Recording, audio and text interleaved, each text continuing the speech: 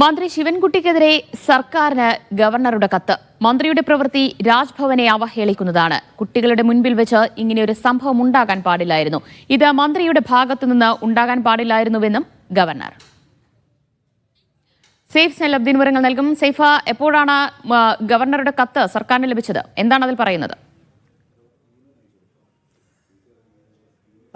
അല്പസമയം മുമ്പാണ് കത്ത് രാജ്ഭവൻ തയ്യാറാക്കി കൈമാറിയിരിക്കുന്നത്. അതിൽ പ്രധാനമായും പറയുന്നത് ദിവ്യ, മന്ത്രി ശിവൻകുട്ടിക്കെതിരായ ആരോപണങ്ങളാണ്. മുഖ്യമന്ത്രി പിണറായി വിജയന്റെ കത്തിന് മറുപടി നൽകിയിട്ടില്ല. അതിന് മുന്നോടിയായി തന്നെ ഗവർണർ ഒരു കത്ത് സർക്കാരിന് അയക്കുകയാണ്. മന്ത്രി ശിവൻകുട്ടിക്കെതിരെയാണ് ആ കുറ്റപ്പെടുത്തൽ ഉള്ള കത്ത് ഉള്ളത്.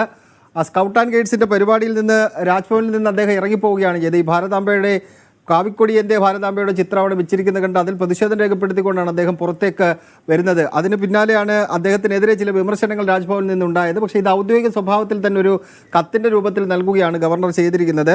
മന്ത്രിയുടെ പ്രവൃത്തി രാജ്ഭവനെ അവഹേളിക്കുന്നതിന് തുല്യമായി പോയി എന്നാണ് കത്തിൽ പറയുന്നത്. ഇത് മന്ത്രിയുടെ ഭാഗത്ത് നിന്നുണ്ടാകാൻ പാടില്ല.